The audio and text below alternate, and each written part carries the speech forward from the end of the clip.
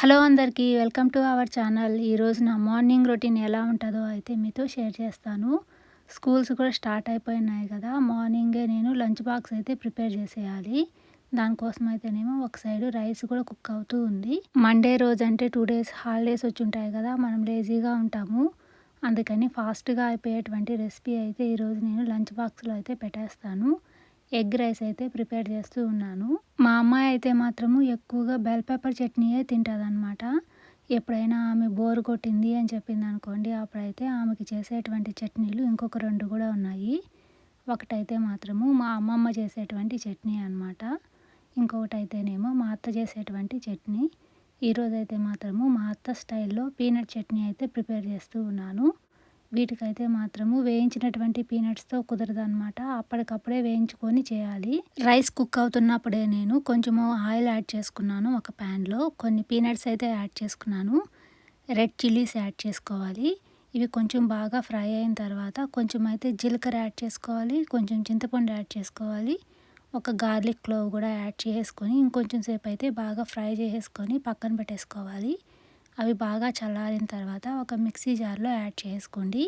దానిలో కొంచెము పచ్చి కొబ్బరి కూడా యాడ్ చేసుకోండి. సాల్ట్ కూడా యాడ్ చేసుకొని మెత్తగా అయితే గ్రైండ్ చేసేసుకోండి. తిరగమాత కూడా పెట్టేసుకొని చట్నీలో మిక్స్ చేసుకుంటే సరిపోతుంది. ఎక్కువ మంది ఏం చేస్తారు అంటే తిరగమాత వేసినటువంటి ప్యాన్లోనే చట్నీ తీసుకెళ్ళి వేస్తారు. ఈ పీనట్ చట్నీ కనుక మనం హాట్గా ఉండే ప్యాన్లో వేసాము అనుకోండి, అది కొంచెము గడ్డగా అయిపోతుంది అనమాట. అంత మంచి టేస్ట్ ఉండదు. అందుకని నేను చట్నీలోనే తిరగమాత తీసుకొచ్చి వేస్తాను. ఇప్పుడైతే మా అమ్మాయికి ఇడ్లీ కూడా పెట్టేస్తూ ఉన్నాను. ఇంకొక సైడ్ అయితేనేమో పీనట్స్ కూడా వేయించి పెట్టుకోవాలన్నమాట. అందుకని వాటిని కూడా అయితే వేయించేస్తూ ఉన్నాను. ఈరోజైతే మార్నింగ్ హడావడిగా ఉంది కాబట్టి ఇంకా నేను ఇడ్లీ కుక్కర్లో వాటర్ వేసానా లేదా అని అయితే నాకు డౌట్ వచ్చింది. అందుకనేసి అయితే మళ్ళీ చెక్ చేసి వాటర్ ఉన్నాయి అని చెప్పి ఇడ్లీ స్టాండ్ పెట్టేశాను. అవైతే ఒక సైడ్ కుక్ అవుతూ ఉంటాయి. ఇంకొక సైడ్ అయితేనేమో మా అమ్మాయికి లంచ్ బాక్స్ కూడా సర్దేస్తూ ఉన్నాను.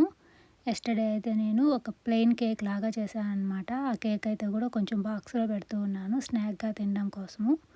ఇంకా వినాయక చవితి అయింది కాబట్టి ఫ్రూట్స్ కావాల్సినవన్నీ ఉంటాయి కదా, వాటిని కూడా అయితే ఇంకొక బాక్స్లో సర్దేస్తూ ఉన్నాను.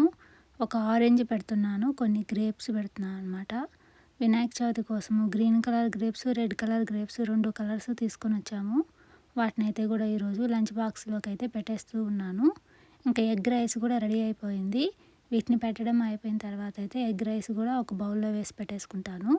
కొంచెం చల్లగా అయిన తర్వాత మాత్రమే నేనైతే బాక్స్లో సర్తానమాట. ఎప్పుడైనా సరే నేను లంచ్ బాక్స్కి ఫాస్ట్గా అయిపోయే రెసిపీ ఏది అనుకుంటాను అంటే ఎగ్ రైసే అనుకుంటాను అనమాట. పిల్లలకు మనము ఎగ్గో చికెనో ఏదైనా పెట్టాము అనుకోండి, ఫాస్ట్గా వాళ్ళు కూడా తినేస్తారు. మనకు కూడా చేయడం చాలా ఈజీగానే ఉన్నట్టు అనిపిస్తుంది.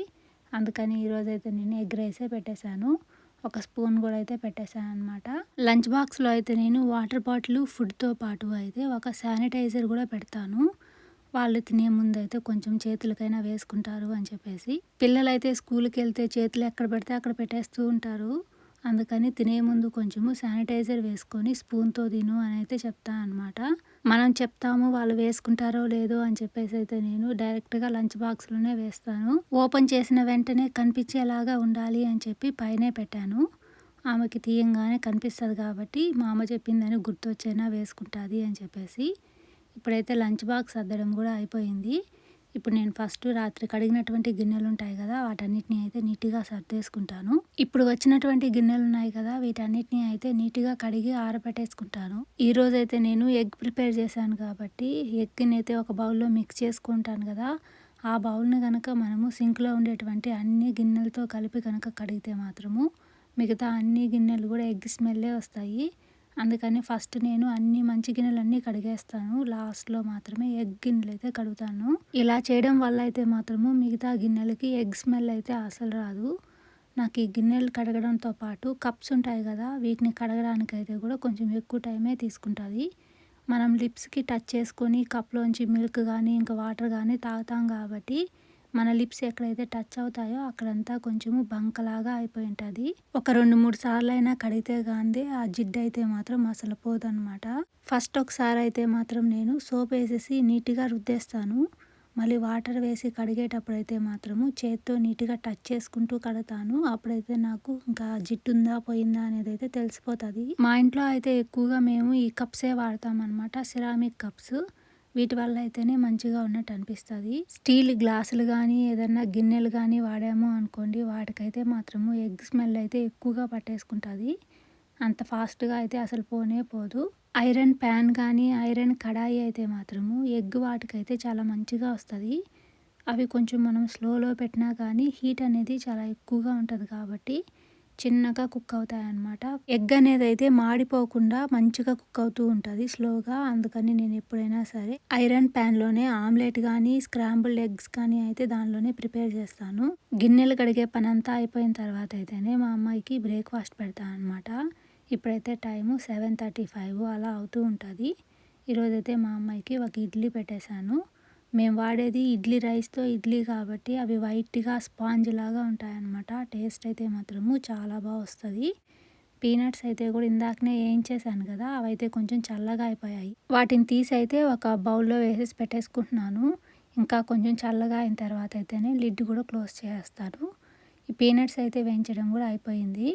కొన్ని ఎండుమిర్చి కూడా వేయించి పెట్టుకుందాము అనుకుంటున్నాను అనమాట. ఎప్పుడైనా చట్నీ ప్రిపేర్ చేసుకోవాలంటే చాలా ఈజీగా ఉన్నట్టు అయిపోతది నాకు.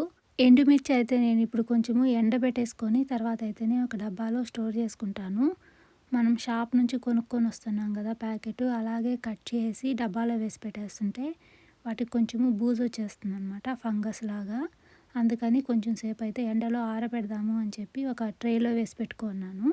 నిన్నైతే ఈవినింగ్ కొంచెం సేపు ఎండబెట్టాను. ఈరోజు ఇంకొంచెం సేపు ఎండబెడితే అవి బాగా ఎండిపోతాయి. తర్వాత అయితే నేను డబ్బాలో స్టోర్ చేసుకుంటాను. ఇంకైతే అవి కూడా వేయించడం అయిపోయిందనమాట. రెడ్ చిల్లీస్ ఇంకా కిచెన్ అంతా కూడా క్లీన్ చేశాను. ఈ రెడ్ చిల్లీస్ కూడా కొంచెం చల్లగా అయిపోయాయి. పీనట్స్ పైన అయితే వేసేసి పక్కన పెట్టేసుకుంటాను. ఈరోజైతే నాకు వాటర్ మెలన్ని కట్ చేసే పని కూడా ఉందన్నమాట. లాస్ట్ టైం అయితే నేను కట్ చేయలేదని చెప్పి వాళ్ళు పిచ్చి పిచ్చిగా కట్ చేసేసారు. నాకైతే అసలు నచ్చలేదు. అందుకని ఈరోజు ఓపికగా నేనే కట్ చేసుకున్నాను. కట్ చేసినటువంటి వాటర్ మెలన్స్ అయితే మాత్రము 3 గిన్నెల్లో వేసి అయితే పెట్టుకున్నాను. రెండింటిని అయితే తీసి ఫ్రిడ్జ్‌లో పెట్టేస్తాను. ఒకదాన్నైతే మాత్రము బయటే పెట్టుకుంటాను అనమాట. ఈరోజు జ్యూస్ అన్నా ప్రిపేర్ చేసుకుందాము, ఎక్కువ క్వాంటిటీలో అయితే వాటర్ మెలన్ని తినేయొచ్చు అని చెప్పేసి ఎక్కువగానే కొంచెం బయట పెట్టేసుకున్నాను. ఇప్పుడైతే మళ్ళీ ఇంకొకసారి కౌంటర్ టాప్ అంతా క్లీన్ చేయాలన్నమాట. వాటర్ మెలన్ కట్ చేసాము అనుకోండి చాలా ట్రాషే వస్తది. మొత్తం మరకలు కూడా అయిపోతాయి. వచ్చినటువంటి పుచ్చకాయ ట్రాష్ అంతా కూడా తీసుకెళ్ళి ట్రాష్‌లో వేసేసాను. ఈరోజైతే ట్రాష్ పికప్ డే కాబట్టి ఇప్పుడు కటింగ్ బోర్డ్ అయితే కూడా నీట్‌గా వాష్ చేసి అయితే పక్కన పెట్టుకుంటాను. ఈ వుడ్ కటింగ్ బోర్డ్ వాడడం అనేది చాలా ఈజీగానే ఉంటది కానీ కడిగిన తర్వాత ఎక్కడ పెట్టుకోవాలి అన్నదే పెద్ద ప్రాబ్లం అనమాట. ఎక్కడైనా కింద ఆన్ చేసాము అనుకోండి అక్కడంతా నల్లగా అయిపోతూ ఉంది. నాకు ఈజీగా ఉంటుంది అని చెప్పేసి అయితే నేను అప్పుడప్పుడు ప్లాస్టిక్ కటింగ్ బోర్డ్ కూడా వాడేసుకుంటానమాట. వాటర్ మెలన్ జ్యూస్ కనుక ఏమన్నా పడింది అంటే చాలు అవి ఒక మరకల్లాగా అయిపోతాయి. మాకైతే ఇక్కడ ఈగలు చీమలు ఉండవు కాబట్టి సరిపోతుంది. నిన్నటి నుంచి అయితే మాత్రం మాకు వెదర్ కూడా చేంజ్ అయిపోయిందనమాట. మార్నింగ్ అయితే మాత్రము 50స్‌లోనే ఉంటుంది. చాలా చల్లగా అయిపోతూ ఉంది. ఇక్కడ మాకు చల్లగా అయింది అంటే చాలు మేమైతే వుడ్ ఫ్లోర్ మీద అసలు కాళ్ళతో నిలబడలేమన్నమాట. అంత చల్లగా అయిపోతుంది. అందుకని ఎప్పుడు నేను షూస్ వేసుకొనే ఉంటాను. ఇంతకుముందు అయితే వంట చేసేటప్పుడు నేను హ్యాపీగా విండోస్ అన్నీ ఓపెన్ చేసేసుకొని ఉండేదాన్ని అనమాట.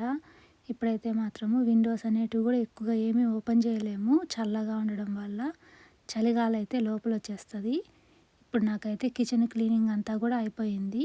బెండకాయలతో పులుసు పెడదాం అనుకుంటున్నాను ఈ రోజుటికైతే మా లంచ్ కోసము. అందుకని బెండకాయలని కడిగేసి అయితే పక్కన పెట్టేసుకొని వెళ్ళి నా షవర్ చేయడం కూడా అయిపోయింది. ఈరోజు మండే కాబట్టి దీపాలను అయితే కూడా తోమేద్దాము అని చెప్పి దీపాలన్నీ తీసుకొచ్చి అయితే అక్కడ పెట్టేసుకున్నాను. నార్మల్గా అయితే ఒక 4 దీపాలే వస్తాయన్నమాట. వినాయక చవితి రావడం వల్ల ఇంకొక 2 దీపాలు అయితే ఎక్స్ట్రాగా వచ్చాయి. వాటన్నిటిని అయితే ఇప్పుడు నేను నీట్గా కడిగి పెట్టేసుకోవాలి. నా దగ్గర అయితే ఒక జల్లెడ కూడా ఉంది. ఇప్పుడే నేను దాన్ని తీసి లోపల పెట్టాను. మీరు చూసే ఉంటారు కదా. చాలా రోజుల ముందైతే ఆ జల్లెడ తీసుకొచ్చాను. ఏదైనా పిండిని నీట్గా జల్లించుకోవడానికి పనికొస్తుంది అని చెప్పి. వాడిన పాపానికైతే పోలేదు. ఈసారి వినాయక చవితికి అయితే మాత్రము పిండి నేను ఇంట్లోనే ప్రిపేర్ చేసి కుడుములు చేద్దాము అని చెప్పేసి అయితే ఆ జల్లెడని బయట తీశాను. నేను జల్లెడతో పిండి జల్లించుకున్నాను. దాని తర్వాత మళ్ళీ వాష్ చేసేసి అయితే ఇప్పుడు మళ్ళీ తీసి లోపల పెట్టేసుకున్నాను. ఎప్పుడైనా సరే మనము ఏదైనా వస్తువు కొనిపెట్టుకున్నాము అంటే చాలు, అది ఇప్పుడు పనికి రాకపోయినా ఇంకా కొన్ని సంవత్సరాల తర్వాతైనా పనికొస్తది అని అయితే నాకు ఈరోజు అర్థమైంది. ఎప్పుడైనా సరే నేను షాప్‌కి వెళ్ళినప్పుడు నాకు ఏదన్నా వస్తువు సేల్‌లో కనిపించింది అంటే మాత్రము తీసుకొనొస్తాను. అది నార్మల్‌గా $10 ఉండేది. నాకిప్పుడు $5కే వచ్చింది అనుకోండి. అలాంటప్పుడైతే గ్యారంటీగా కొనిపెడతాను. ఈ రోజుటికి కాకపోతే ఇంకొక 10 రోజుల తర్వాత అయినా ఉపయోగపడతాది అని చెప్పేసి ఈ టిప్ అయితే మీకు కూడా యూజ్ అవుతుంది అని అయితే షేర్ చేస్తున్నాను. దీపాలనైతే నేను పీతాంబరి వేసి అయితే తోముతాననమాట. నేను వీక్‌లో 2 టైమ్స్ తోముతాను కాబట్టి అవి చూడ్డానికి కొంచెము కొత్తవిలాగే కనిపిస్తాయి. ఎప్పుడైనా సరే మనము దీపాలు తోముకునేటప్పుడైతే ఫిల్టర్ వాటర్‌నే వాడుకోండి. ఫిల్టర్ వాటర్ వాడడం వల్ల అయితే మాత్రం మీకు అవి కొత్తవిగాను కనిపిస్తాయి. ఎక్కువ రోజులు ఆ షైన్ అయితే అలాగే ఉంటదనమాట. పంచపాత్రలో మనము వాటర్ వేసి పెడతాం కాబట్టి పీతాంబరి వేసి రుద్దాగాని లోపలంతా మనకు నల్లగా అయిపోతది కదా! అలా నల్లగా కాకుండా ఉండాలి అంటే మీరు ఓన్లీ పీతాంబరితో మాత్రమే క్లీన్ చేయాలనమాట. డిష్ వాషింగ్ లిక్విడ్ లాంటిది అదైతే ఇంకేది వాడకూడదు. ఏదైనా లిక్విడ్ మిక్స్ అయ్యి గనుక రుద్దితే అప్పుడు వెంటనే రియాక్షన్ వల్ల అయితే లోపలంతా నల్లగా అయిపోతది. దీపాలని తోమేటప్పుడైతే మాత్రం నేను ఫస్ట్ పంచపాత్ర ఉద్దరణినే తోమేసి పక్కన పెట్టుకుంటాను. అవి కొంచెం సేపు సోక్ అవ్వడం వల్ల అయితే లోపల ఉండేటువంటి నలుపు కూడా ఫాస్ట్‌గా పోతది. నేను మిగతా అన్ని దీపాలు తోమేసుకునేదాకా మాత్రము అవి నానుతూనే ఉంటాయి. మళ్ళీ సెకండ్ టైం కూడా దాన్నైతే రుద్దుతాను. ఈ దీపాలు తోమడం కోసం అయితే మాత్రము కొంచెము రఫ్ సర్ఫేస్ ఉండేటువంటి స్క్రబ్బర్‌ని అయితే వాడుకోండి. చాలా ఫాస్ట్‌గానే షైన్ వచ్చేస్తది. మన ఛానల్‌ని కనుక ఎవరైనా యూట్యూబ్ క్రియేటర్స్ చూస్తున్నారు అనుకోండి, వాళ్ళకైతే యూజ్ అయ్యేటువంటి ఇన్ఫర్మేషన్ అయితే ఇప్పుడు నేను మీతో షేర్ చేస్తాను. రీసెంట్‌గానే ఒక ఆయన ఇన్‌స్టాగ్రామ్‌లో కాంటాక్ట్ అయ్యాడనమాట. నేను థంబ్‌నెయిల్స్ చేస్తాను, మీకేమన్నా కావాలా అని అయితే అడిగాడు. మన ఛానల్‌కైతే 26K సబ్స్క్రైబర్స్ అయితే ఉన్నారు గానీ వీడియోస్‌కైతే అంత ఎక్కువగా వ్యూస్ రావడం లేదు. రీచ్ కూడా లేదు కాబట్టి థంబ్‌నెయిల్ అన్నా మంచిగా ఉంటే ఎక్కడైనా రీచ్ వస్తదేమో అని చెప్పేసి నేనైతే ఓకే చేశాను. ఆయనైతే మాత్రము కొంచెం రీజనబుల్ ప్రైస్‌కే చేస్తాను ఎవ్రీ థంబ్‌నెయిల్ అని అయితే చెప్పాడు. ఆయన ఇన్‌స్టాగ్రామ్ లింక్ అయితేనేమో డిస్క్రిప్షన్‌లో షేర్ చేస్తాను. థంబ్‌నెయిల్స్ చేయించుకోవాలి అంటే మీరే డైరెక్ట్‌గా కాంటాక్ట్ అయ్యి అయితే మాట్లాడుకోవచ్చు. ఇప్పటికైతే నా దీపాలు తోమడం కూడా అయిపోయిందనమాట. వెళ్ళేసి అయితే పూజ చేసేసి వచ్చేస్తాను. ఇప్పుడు నా బ్రేక్‌ఫాస్ట్ కోసం అయితే నేను బాయిల్ చేసినటువంటి కార్న్ అయితే ఉందనమాట. దాన్నైతే కూడా ఇప్పుడు నేను తినేయాలి. వినాయక చవితి తర్వాత అయితే ఒక 2 డేస్ ఫ్రూట్స్ ఇంకా స్వీట్స్ ఇవి ఎక్కువగానే ఉంటాయి కదా! వీటన్నిటిని అయితే ఫినిష్ చేసేయాలి. నేను బ్రేక్‌ఫాస్ట్ తిని వీటన్నిటిని కలిపి అయితే తినలేననమాట. బ్రేక్‌ఫాస్ట్ ఏదో ఒకటైతే స్కిప్ చేసేసుకొని వీటినైతే ఫినిష్ చేసుకోవాలి. ఈరోజైతే నా బ్రేక్‌ఫాస్ట్ కోసము కొన్ని ఫ్రూట్స్ పెట్టుకుంటున్నాను. కార్న్ అయితే కూడా తినేస్తూ ఉన్నాననమాట. ఇడ్లీ దోశలు అనుకోండి వేడివేడిగా ఉంటాయి కాబట్టి ఫోన్ మాట్లాడకపోయినా హ్యాపీగా తినేస్తాను. ఇలాంటివైతే మాత్రము ఫోన్‌లో మాట్లాడుకోకుండా అయితే అస్సలు తినలేను. అందుకని వెళ్ళైతే నేను ఫోన్ మాట్లాడుకొని తినేసి అయితే వచ్చాను. ఈరోజైతే ఫోన్ మాట్లాడడం కొంచెం ఎక్కువ టైమే తీసేసుకుంది. మా లంచ్ కోసం అయితేనేమో బెండకాయ పులుసు ఒకటే చేస్తే సరిపోతది. నిన్నటి చికెన్ కూడా చాలానే ఉందనమాట. అందుకని నా కోసమే బెండకాయ పులుసు అయితే ప్రిపేర్ చేసుకుంటూ ఉన్నాను. మనం ఎప్పుడైనా హడావిడిగా ఉంటాం కదా! అలాంటప్పుడే ఏదో ఒకటైతే అయిపోయి ఉంటాయి. వాటినైతే మళ్ళీ మనము రీఫిల్ చేసుకుంటూ ఉండాలి. ఈరోజైతే పసుపు అయిపోయింది. ఫస్ట్ అయితే పసుపు దానిలో యాడ్ చేసుకున్నాను. ఒక సైడ్ అయితే ప్యాన్ పెట్టేసుకున్నాను. ఇంకో సైడ్ అయితే కటింగ్ కూడా చేసేస్తూ ఉన్నాను అనమాట. టమాటోస్ తీసుకొద్దాం అనేసి అయితే ఫ్రిడ్జ్‌లోకి వెళ్ళాను. ఫ్రిడ్జ్‌లో చూస్తేనేమో 2 టమాటోస్ ఉన్నాయి. నిన్న ఈవినింగే వెజిటబుల్స్ అన్నీ తీసుకొచ్చాం కానీ టమాటోస్ తీసుకురావడం మర్చిపోయాను. అందుకని 2 టమాటోలే ఉన్నాయి కదా! దాన్ని ఒక టమాటో అన్నా సేవ్ చేసుకోవాలి టుమారోకి అని చెప్పేసి ఈరోజు బెండకాయ పులుసులో అయితే మాత్రము ఒక టమాటోనే యాడ్ చేస్తున్నాను. కొంచెం అయితే చింతపండు కూడా యాడ్ చేసుకొని బెండకాయ పులుసు అయితే పెట్టేసుకుంటున్నాను అనమాట. ఇంకా నాకు కింద క్లీన్ చేసే పని కూడా ఉంది. అందుకని ఫస్ట్ అయితే స్టవ్‌తో స్టార్ట్ చేశాను. ఒక సైడ్ అయితే వంట కుక్ అవుతూ ఉన్నా, ఇంకొక సైడ్ అయితేనేమో నేను స్టవ్‌నైతే క్లీన్ చేసుకుంటూ ఉన్నాను.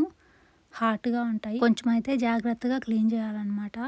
చెయ్యి గనుక టచ్ అయింది అంటే చాలు ఇంకా ఫుల్‌గా బర్న్ అయిపోతది. ఇప్పటికైతే కొంచెం ఎండ వచ్చినట్టు అనిపించింది. అందుకని అయితే ఈ మిరపకాయలు తీసుకెళ్ళి ప్యాటియోలో అయితే పెట్టేస్తున్నాను.